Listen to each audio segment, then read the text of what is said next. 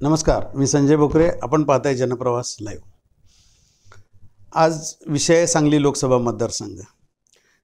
याचं कारण आहे प्रकाश आंबेडकर यांच्या वंचित बहुजन आघाडीनं विशाल पाटील यांना पाठिंबा अधिकृत जाहीर केला. आधी नुसतं ते म्हणत होते देणार आहे उमेदवारी भरा, पण आज खरोखर त्यांचं पत्र त्यांना मिळालं. ह्याचे परिणाम काय उलटसुलट होणार म्हणजे महाविकास आघाडी महायुती ही लढत दिसते. बंडखोर विशाल पाटील आहेत, काँग्रेसचे अपक्ष आहेत म्हणा, आणि त्यांना जर का प्रकाश आंबेडकर फायदा दिल्यानंतर काय ह्याचा परिणाम महायुतीवर होणार का? तर गतवेळेला जी निवडणूक झालेली होती, गोपीचंद पडळकर हे वंचितचे उमेदवार होते आणि ते धनगर समाजाचे नेते. त्यांना धनगरांची मतं पण काही इथं कमी नाहीत सांगली जिल्ह्यामध्ये, ती पण लाखोनी आहेत. वंचितचे आहेत, 1.25 लाख, पावणे 2 लाख आहेत. पण म्हणजे वंचितमध्येच ते धनगर असल्यामुळं त्यांना जवळजवळ 3 लाख मतं गोपीचंद पडळकरने घेतली ती. मग हा फायदा डायरेक्ट ह्यांना होणार विशाल पाटलांना? तर तुम्ही म्हणाल तर बऱ्यापैकी होणार. विशाल पाटलांना त्याचा फायदा होणार, कारण महायुतीमध्ये विद्यमान खासदार आहेत. अँटी इन्कम्बन्सी जो प्रकार आहे त्याचा परिणाम आता इथं दिसतोय. कारण अपक्ष विशाल पाटलांना बऱ्यापैकी तळागाळातला पाठिंबा दिसतोय आणि काँग्रेस अंतर्गतची मध्ये सगळ्यांनी कार्यकर्त्यांनी नेते मंडळी दिसतात महाविकास आघाडीच्या व्यासपीठावर, कार्यकर्ते दिसत नाही आहेत. ही फॅक्ट आहे. आता विशाल पाटलांच्याकडे आत्ता सगळे दिसत आहेत, तरुण कार्यकर्ते पण दिसत आहेत. जे काँग्रेसचे कट्टर वयस्क मंडळी असतील, मध्यमवर्गीय, ते बऱ्यापैकी दिसत आहेत. परंतु हे राहणार का? म्हणजे विश्वजित कदम हे किती मनापासून काम करतील महाविकास आघाडीचं साशंकताच आहे, प्रश्नचिन्हच आहे. आणि भाजप अंतर्गत धुसफूस आता दिसतेच आहे ना, सगळे तिकडंच गेलेत. तर तिथं फक्त काय झालं आहे, आत्ता वंचित आघाडीचाच पाठिंबा मिळाल्यामुळे विशाल पाटलांचं पारडं नक्की जड झालं आहे.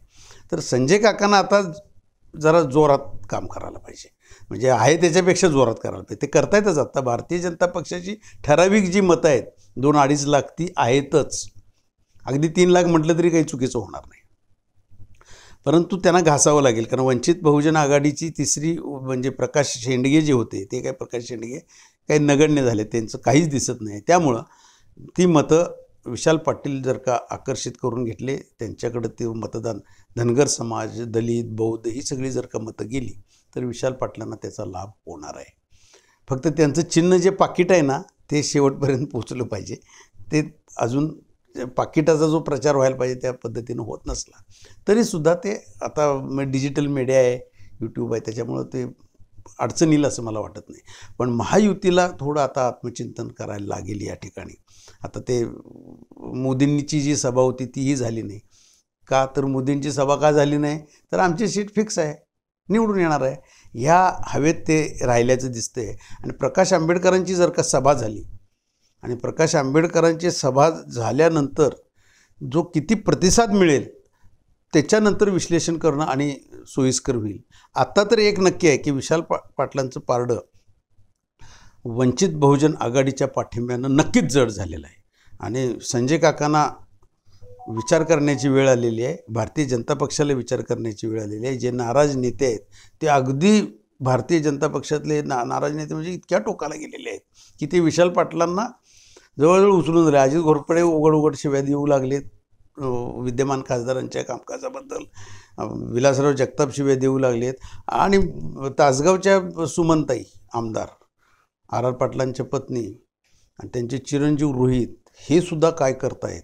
महाविकास आघाडीचं करतायत का त्यांचे कार्यकर्ते विशाल यांचंच करतायत? हे सुद्धा बघण्यासारखं आहे. आणि माझ्या माहितीनुसार तेही विशालकडेच झुकलेले दिसत आहेत. त्यामुळं वंचितच्या पाठिंब्यामुळं विशाल पाटील यांचं पारडं बऱ्यापैकी जड आत्ता तर दिसतंय. पालकमंत्री खाडे, संजय काका, भारतीय जनता पक्षाचे ज्येष्ठ नेते आता इथनं पुढच्या काळात ह्या 5 दिवसात बऱ्याच घडामोडी होतील. किती ताकद लावतायत, काय काम करतायत हे बघायला लागेल आणि त्याच्यातनं विश्लेषण करणं योग्य होईल.